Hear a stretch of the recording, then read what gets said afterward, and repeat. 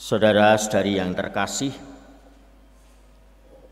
minggu lalu ada dua peristiwa kecil yang saya alami. Yang pertama,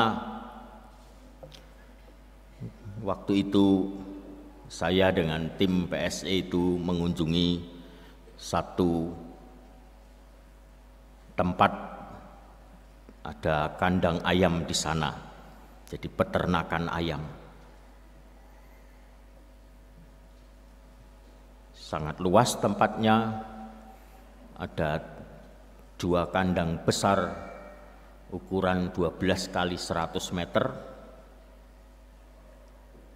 Nah, sekarang ketika kami berkunjung itu sedang dibuat kandang baru dengan ukuran yang lebih besar lagi.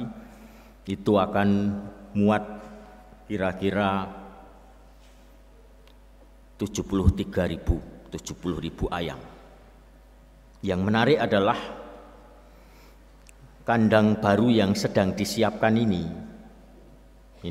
sudah hampir jadi, semuanya serba otomatis. Pakan otomatis, kotoran itu sudah nanti akan berjalan sendiri, keluar juga otomatis.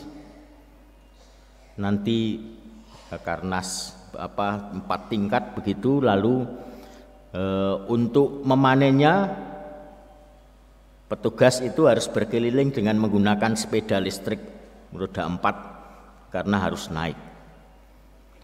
Semuanya otomatis. Dan itu menurut informasi itu baru ada satu di Indonesia atau di Jawa Barat ini. Dan ini yang kedua. Melihat itu dan mendengarkan bagaimana teknologi yang diciptakan untuk peternakan itu, pada saat itu saya merasa kagum, luar biasa ya. Itu semua hal-hal yang akan mengeluarkan biaya karena pekerjaan harus dilakukan dipangkas semua karena sistem otomatis ini. Ya, tentu saja di balik itu semua sistem otomatis itu tetap menyisakan yang namanya persoalan ya, di mana tenaga manusia lalu tidak begitu dihargai lagi. Nah, ini sisi yang lain. Tetapi dengan teknologi itu ya, kami dibuat tercengang-cengang. Itu pengalaman pertama. Pengalaman kedua, minggu lalu juga rasanya, ketika itu kami sedang berkeliling untuk melayani sakramen rekonsiliasi di dekanat ini. Pada waktu itu saya melayani di Paroki Purwakarta. Berangkat sekitar jam 5 dari sini karena pengakuan di sana mulai 6:30. Nah, ketika sampai di arah Cikampek lewat tol, itu ada pemandangan yang luar biasa. Persis di depan saya itu langit merah sekali, lalu awan-awan itu bagus sekali ya, dengan sinar matahari yang mau tenggelam ya, sinar yang kemerah-merahan warna orange, lalu sekitarnya awannya bagus sekali, tidak bisa digambarkan dengan sangat detail. Saya takjub melihat itu. Lalu dalam kesempatan lain, waktu itu saya pergi dengan frater ke Kerawang, hari berikutnya saya cerita ke frater. Nah, kemarin di sini nih ada pemandangan yang indah sekali. Ya. Lalu frater tanya, Romo sempat foto enggak? Enggak. Saya menikmati saja itu.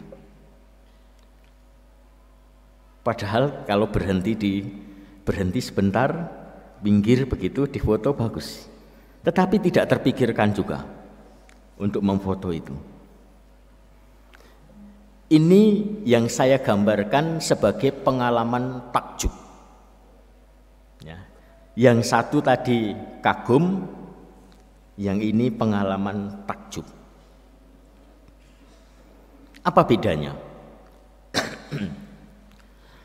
Kekaguman itu, kita itu merasa bahwa ada sesuatu yang luar biasa, yang jauh melampaui pemikiran kita, sehingga membuat kita berdecak, tetapi kita itu masih ada di luar. Jadi apa yang membuat kita kagum itu adalah sesuatu di luar diri kita. Ya sama seperti tadi gambaran sederhananya, saya terkagum-kagum dengan teknologi ya, peternakan yang sudah luar biasa itu. Saya melihat itu tetapi saya masih ada di luar. Pengalaman kagum hanya sampai pada sebatas itu. Sementara bandingkan dengan pengalaman ketika tadi saya melihat pemandangan yang luar biasa pada sore hari ya. Di sana saya merasa takjub karena apa? Saya merasa sebagai bagian dari itu. Maka saya menikmati itu, tidak terpikirkan oleh melakukan hal yang lain selain menikmati. Bahkan mendokumentasikan juga tidak terpikirkan.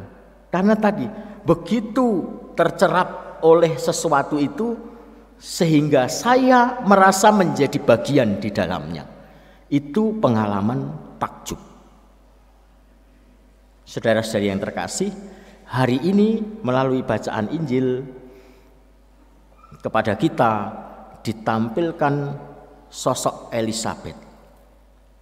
Sosok sederhana yang dalam keadaan hamil pada usia tua, hamil tua juga,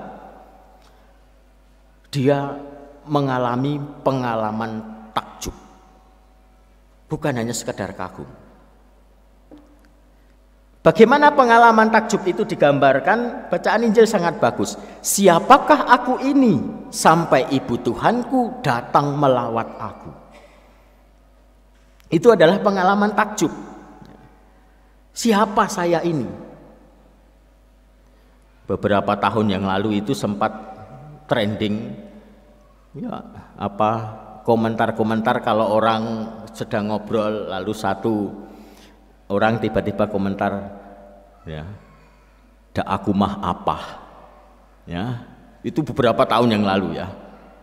Tetapi itu bukan ya, itu hanya kadang-kadang ungkapan orang yang merasa saya itu tidak mampu. Nah, apa yang dihadirkan oleh Elisabet ini berbeda. Bukan menitik beratkan pada dirinya yang tidak mampu, tetapi pada ketidakpantasannya sampai lalu rasa tidak pantas itu mendorongnya untuk mengungkapkan syukur karena bagaimana mungkin saya ini dikunjungi oleh Ibu Tuhan. Pengalaman takjub membuat Elisabet mampu untuk menanggapi kehadiran Bunda Maria yang menjadi berkat. Maka meskipun kita tidak tahu ya cerita tentang Elisabet diberitahu bahwa Maria itu sedang mengandung, tidak pernah ada cerita itu. Yang kita tahu ada cerita ketika ada kisah dari dalam Injil Lukas ketika Maria menerima kabar dari malaikat Gabriel, dia diberitahu Elisabet saudarimu itu sedang mengandung pada usia tuanya. Jadi yang tahu itu Maria. Tetapi kenapa Elisabet ketika menyambut Maria bisa mengatakan, siapakah aku ini sampai ibu Tuhanku datang melawat aku? Siapa yang apa yang membuat Elisabet mampu mengungkapkan ungkapan iman itu? Tadi dikatakan ketika Maria datang lalu Roh Kudus menyertai Elisabet, bayi yang ada di dalam kandungannya bergerak. Jadi yang membuat Elisabet mampu untuk menyadari Bunda Maria itu bukan hanya seorang gadis biasa, karena Roh Kudus menyertainya dan membawanya sampai pada pengalaman takjub, tergetar, dan dia melibatkan dirinya di dalam pengalaman itu. Siapakah aku ini sampai ibu Tuhanku datang mengunjungi aku?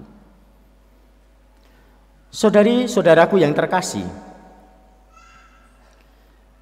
penantian akan kedatangan Tuhan pada saat-saat terakhir ini, minggu Advent keempat, semakin mendekati perayaan Natal, maka kepada kita diingatkan melalui sabda Tuhan hari ini, kita bisa menyambut kelahiran, kedatangan Tuhan di dalam diri kita, Sang Immanuel, yang hadir menjadi manusia, Allah yang berkenan untuk menjadi manusia, hanya ketika kita bisa sampai pada pengalaman takjub. Tetapi pengalaman takjub itu tidak bisa diusahakan. Karena apa tadi? Ada peran Roh Kudus yang menyertai kita. Yang bisa diusahakan apa? Yang bisa diusahakan adalah membangun sikap batin dan sikap hidup yang memungkinkan bagi kita untuk berkaryanya Roh Kudus yang menggetarkan kita untuk masuk di dalam pengalaman takjub itu. Sikap seperti apa itu? Kerendahan hati. Dan itulah kerendahan hati Elisabet. Siapakah aku ini sampai ibu Tuhanku datang mengunjungiku? Di dalam hidup kita, di tengah-tengah segala aktivitas yang kita lakukan, kadang-kadang mungkin atau sering kita itu tidak mengalami yang namanya pengalaman takjub itu. Karena apa? Kita terlalu sibuk dengan urusan sehari-hari yang kita lakukan. Coba ya, nanti silahkan bertanya kepada diri sendiri, merefleksikan, merenungkan, kapan sih saya terakhir merasa takjub itu? Kalau kita tidak biasa untuk menangkap dan mengalami, masuk di dalam pengalaman itu, maka lalu itu biasanya hanya akan sekedar menjadi pengalaman yang lewat saja, dan bahkan mungkin akan kita samakan dengan pengalaman hidup sehari-hari. Kita boleh meneladan sosok Elisabet yang dihadirkan kepada kita hari ini. Bagaimana ia bisa menjadi berkat, pada akhirnya bukan Maria saja yang mengunjungi Elisabet itu yang menjadi berkat, tetapi Elisabet pun akhirnya bisa menjadi berkat di dalam kesederhanaannya setelah ia mengalami pengalaman takjub itu. Ketika orang merasa diberkati oleh Tuhan di dalam ketidakpantasan, maka biasanya akan mendorong untuk melakukan apa yang baik, yang berkenan di hadapan Tuhan. Dan berkat yang diwariskan Elisabet ini kita terima sampai hari ini. Setiap hari kita mendoakan seruan Elisabet di dalam doa Salam Maria. Nanti tanggal 1 awal tahun, setiap awal tahun gereja Katolik itu merayakan Hari Raya Maria Bunda Allah. Pengakuan tentang Maria sebagai Bunda Tuhan itu kita dengar dari Elisabet hari ini. Siapakah aku ini sampai ibu Tuhanku datang? Dan itu diwariskan kepada kita sampai hari ini, selalu kita rayakan. Mungkin orang tidak berpikir di balik sosok yang sederhana ini hadir suatu situasi hidup yang baru. Dan bahkan kalau kita menempatkan posisi Elisabet dalam konteks persiapan kehadiran Sang Immanuel, dia dipilih untuk melahirkan orang yang merintis jalan bagi Immanuel. Dan Roh Tuhan yang ada di dalam dirinya itulah yang menggerakkannya untuk bisa mengalami pengalaman takjub yang mengubah banyak hal. Semoga kita pun boleh menemukan dan mengalami ketakjuban atas karya baik Tuhan di dalam hidup kita. Tidak hanya dilewatkan sekedar sebagai sesuatu yang tidak berbeda dari pengalaman sehari-hari. Ketika kita boleh mengalami itu, semoga itu juga menggerakkan kita untuk bisa melakukan lebih banyak hal baik, perubahan yang lebih baik bagi diri kita sendiri dan juga bagi orang-orang di sekitar kita. Mari kita hening sejenak.